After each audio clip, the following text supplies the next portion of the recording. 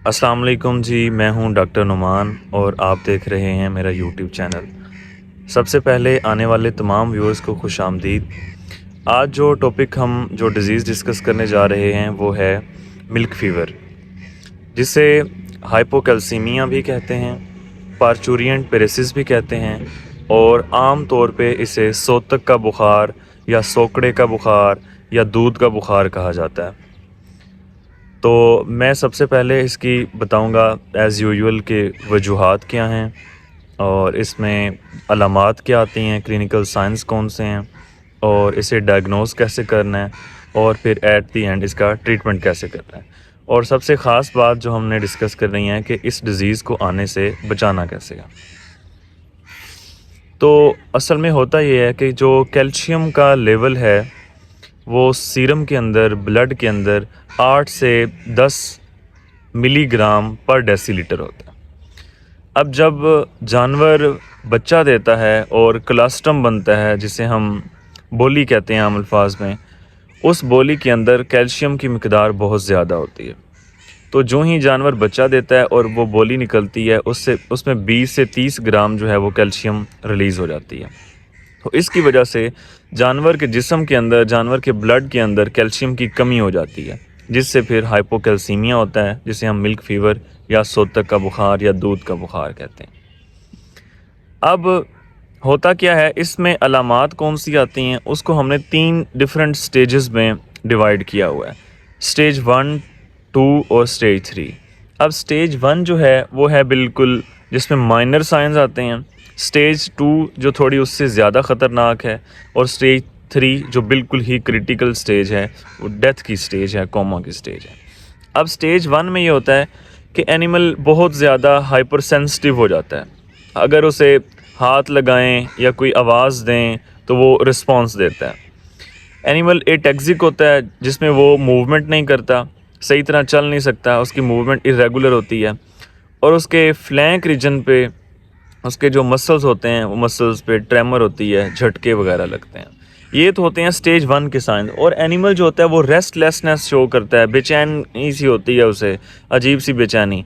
और बेचैनी की अलामात में से एक अलामत ये भी है कि जानवर जो है वो अपना वेट जो है वो शिफ्ट करता है, कभी एक पाँव पे लेके आता है, कभी दूसरे पाँव पे लेके जाता है, इस तरह कभी एक टांग उठा लेता है, कभी दूसरी टांग उठा लेता है। तो इसे कहते हैं शिफ्टिंग ऑफ वेट। तो ये भी मिल्क फ़ीवर की एक अलामत है। ये है इनिशियल स्टेज पे। इसके बाद जो स्टेज 2 है उसमें जानवर का टेम्परेचर डाउन होना शुरू हो जाता है। अच्छा, एक बात मैं यहाँ पे क्लियर कर दूँ कि मिल्क फ़ीवर से मुराद कोई बुखार नहीं है, मिल्क फ़ीवर में टेम्परेचर कम होता है। अच्छा, अब जो स्टेज 2 है इसके अंदर जानवर का टेम्परेचर जो है वो कम हो जाता है, और क्योंकि मसल्स की मूवमेंट कम हो रही होती है कैल्शियम की कमी की वजह से, इस वजह से टेम्परेचर कम हो जाता है, जानवर खाना पीना छोड़ जाता है और जानवर की जो एक्सट्रीमिटीज़ हैं, जैसे कान हो गए, पाँव हो गए नीचे से, तो ये ठंडे होना शुरू हो जाते हैं। जब ब्लड की कमी हो जाए और मसल्स की मूवमेंट है, जो कंट्रैक्शन है वो कम हो जाए, तो टेम्परेचर भी कम हो जाता है। और इससे ये होता है कि जो हार्ट है वो बॉडी के डिफरेंट पार्ट्स तक, मुख्तलिफ हिस्सों तक ब्लड नहीं पहुंचा सकता, हार्ट पंपिंग कम होती है। तो इस वजह से क्या होता है, हार्ट जो है वो टैकीकार्डिया करता है, हार्ट पंप करना ज़्यादा तेज़ स्टार्ट कर देता है, जिसकी वजह से हार्ट बीट, जो दिल की धड़कन है, वो बढ़ जाती है। तो ये भी स्टेज 2 के अंदर होता है।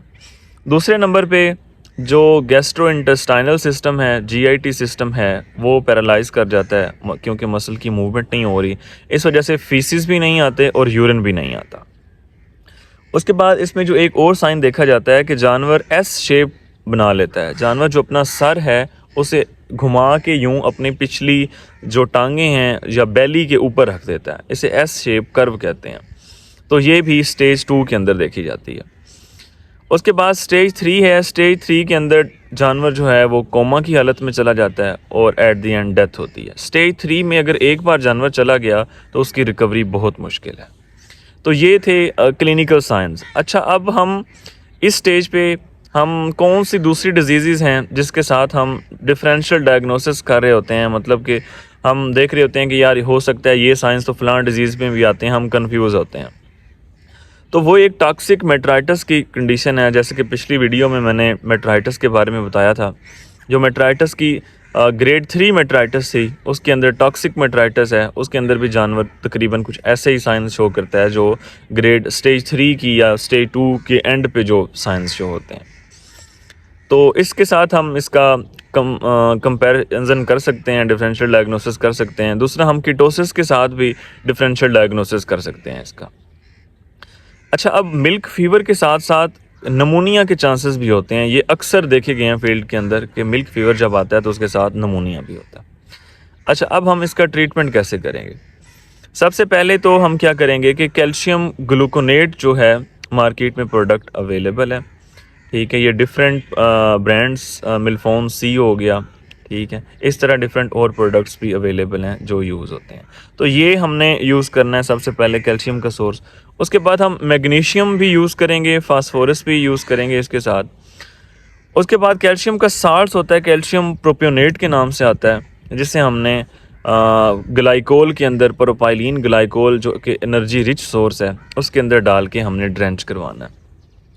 अच्छा, इसको ड्रेंच करवाते वक्त एक चीज़ का ज़रूर ख्याल रखना है कि क्योंकि मसल्स की मूवमेंट कम है तो ये ड्रेंचिंग नमूनिया करवा सकता है, क्योंकि जो स्वाल्विंग प्रॉब्लम होगा, मिल्क फीवर के अंदर स्वाल्विंग प्रॉब्लम होता है, इस वजह से जानवर खाना पीना कम कर देता है। तो इस वजह से यहाँ पे नमूनिया के चांसेस, ड्रेंचिंग नमूनिया के चांसेस भी बढ़ जाते हैं। अच्छा, अगर हम प्रोपाइलीन ग्लाइकोल के अंदर इसे ऐड करें तो चांसेस ज़्यादा हैं कि वो नमूनिया हो। लेकिन अगर हम उसे कैल्शियम प्रोपियोनेट को हम पानी के अंदर, अगर आधा किलो कैल्शियम प्रोपियोनेट को हम 8 से 10 लीटर पानी के अंदर मिक्स करके ड्रेंच करवाते हैं तो इससे चांसेस कम होते हैं नमूनिया के, क्योंकि स्वाल्विंग मुश्किल है इस वजह से। अब सबसे जो मेन बात है वो ये है कि इस डिज़ीज़ को आने से रोकना कैसे है। तो होता यूँ है कि जो पहला प्रेगनेंसी की हालत में जानवर है तो उस वक़्त हमने डाइट को इस तरह मैनेज करना है कि ये डिज़ीज़ ना आए। उस वक़्त तकरीबन हमने 100 से प्रेगनेंसी में, मतलब 8 महीने से पहले ड्राई पीरियड करने से पहले हमने तकरीबन जानवर को 100 से 120 ग्राम जो कैल्शियम है वो डेली बेस पे देनी है। जब हमने जानवर ड्राई पीरियड के अंदर आ गया है तब हमने उसकी मिकदार 60 से 80 ग्राम कर देनी है।